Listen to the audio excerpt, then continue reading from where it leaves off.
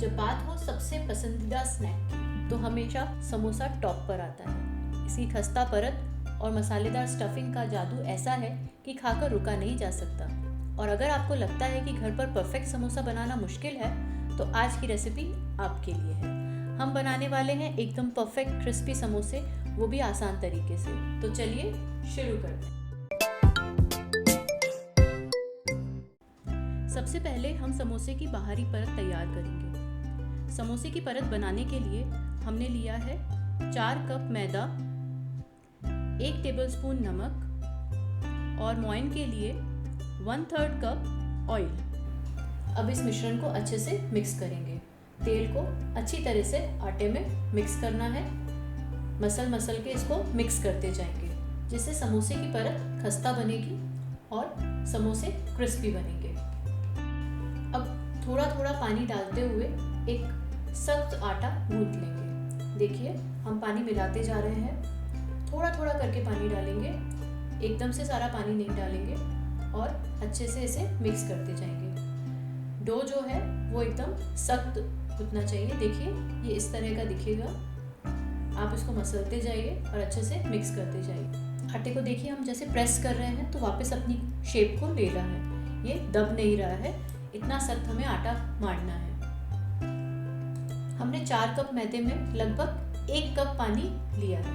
1 cup पानी sufficient है, बल्कि हमारा थोड़ा सा पानी बच गया है। अब इस डो को हम 15-20 मिनट के लिए ढककर रख देते हैं। याद रखें, आटा ज़्यादा सॉफ्ट नहीं होना चाहिए, नहीं तो समोसे की परत फटने लगेगी। अब बारी है समोसे की मसालेदार स्टफिंग बनाने की। इसके लिए हमें चाहिए उबले हुए आलू 8 से 10 मीडियम साइज़ के, मटर आधा कप, बारीक कटा हुआ धनिया आधा कप, लाल मिर्च पाउडर 3 टेबलस्पून, हल्दी पाउडर 1 टेबलस्पून, नमक 2.5 टेबलस्पून, राई 2 टेबलस्पून, गरम मसाला पाउडर 1 टेबलस्पून, अमचूर पाउडर 3 टेबलस्पून, लौंग 1.5 टेबलस्पून, काली मिर्च 1.5 टेबलस्पून और तेल आधा कप।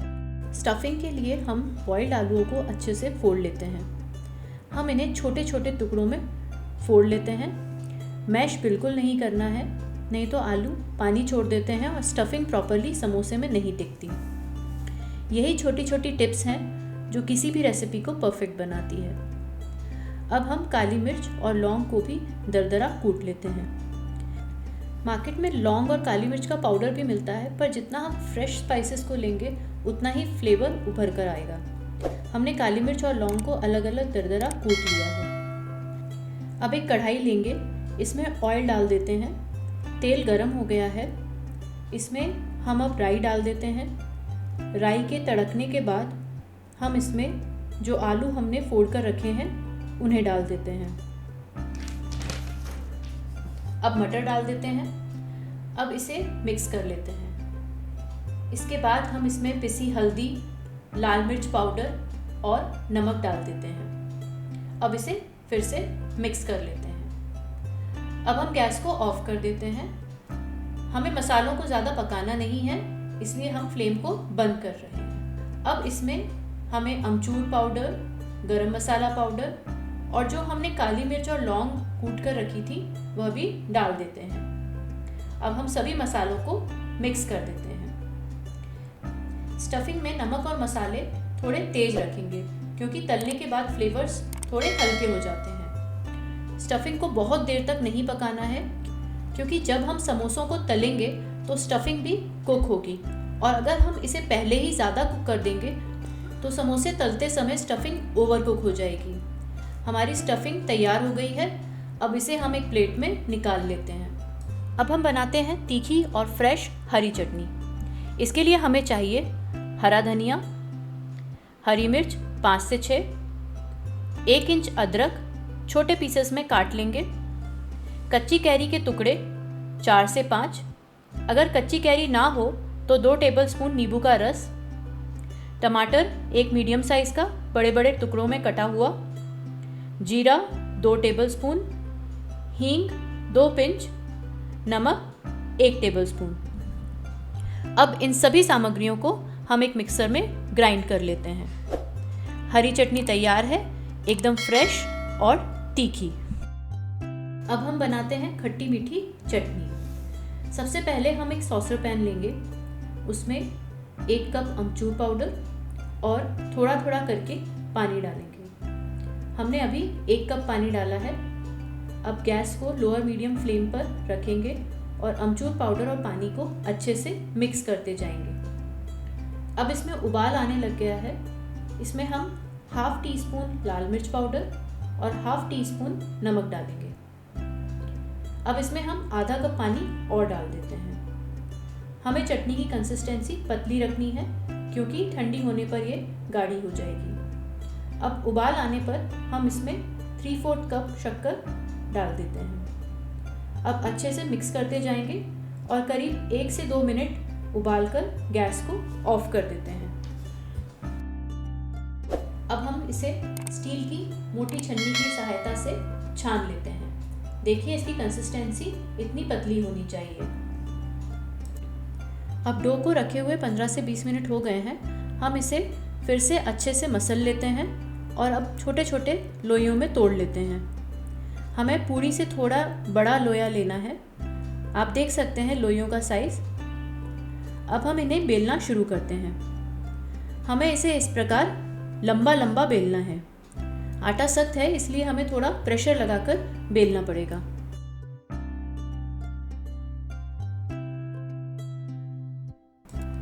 समोसे की परत बहुत ज़्यादा मोटी नहीं होना चाहिए और देखिए ये इतनी पतली होना चाहिए, नहीं तो तलते वक्त ये अंदर से कच्ची रह जाएगी।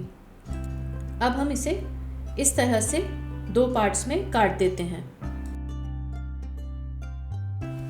अब हम समोसे मोड़ना शुरू करते हैं। यह बहुत ही आसान तरीका है और इसमें समोसे कभी भी नहीं फूटते और ना ही इनमें तेल भरता है।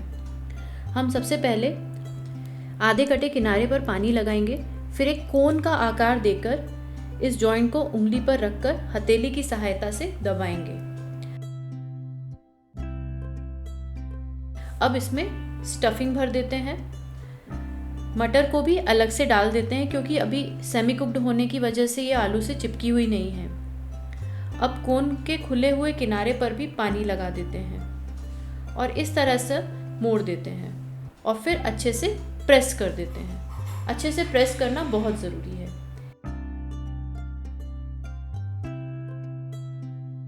इस तरह से हम सभी समोसों को तैयार कर लेंगे। एक और समोसा मोड़कर बताते हैं। पहले आधे कटे किनारे पर पानी लगाएंगे, फिर एक कोन का आकार देंगे, इस जॉइंट को उंगली पर रखकर हथेली की सहायता से दबाएंगे। अब इसमें स्टफिंग भरेंगे और मटर को अलग से डाल देंगे। अब खुले हुए किनारे पर भी पानी लगा देते हैं और इस तरह से मोड़ देंगे और अच्छे से प्रेस कर देंगे।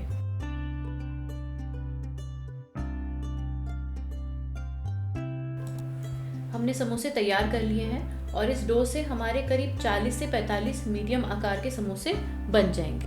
अब हम समोसों को फ्राई कर लेते हैं। इसके लिए हम एक कढ़ाई में तेल डाल देते हैं। तेल को गर्म होने देते हैं। थोड़ा सा डो का टुकड़ा डालकर चेक कर लेते हैं। तेल गर्म हो गया है। अब इसमें धीरे धीरे समोसों को डाल देते हैं। समोसों को मीडियम लो फ्लेम पर ही तलना है। आंच धीमी रखें ताकि समोसे अंदर तक अच्छे से पकें और एकदम क्रिस्पी बने। धीरे धीरे हम एक पलटे की सहायता से इन्हें पलटेंगे जिससे ये टूटे नहीं। अब ये हल्के लाइट ब्राउन हो गए हैं। इन्हें फिर से पलट देते हैं। देखिए अब इनका कलर गोल्डन ब्राउन हो गया है और समोसे सिक गए हैं। इन्हें हम अब निकाल लेते हैं। तो ये रहे हमारे गर्मा गर्म और क्रिस्पी समोसे, तीखी हरी चटनी, खट्टी मीठी चटनी और दही के साथ। वाह, ये क्रंच और ये मसाले एकदम परफेक्ट। यकीन मानिए ये समोसे चाय के साथ आपकी शाम को यादगार बना देंगे। तो आप भी ये समोसे बनाएं और हमें बताएं कि आपको ये रेसिपी कैसी लगी। हमें आपके फीडबैक का हमेशा इंतज़ार रहता है और चैनल को सब्सक्राइब करना ना भूलें ताकि अगली रेसिपी आप मिस ना करें। मिलते हैं जल्दी एक और टेस्टी रेसिपी के साथ। Good bye.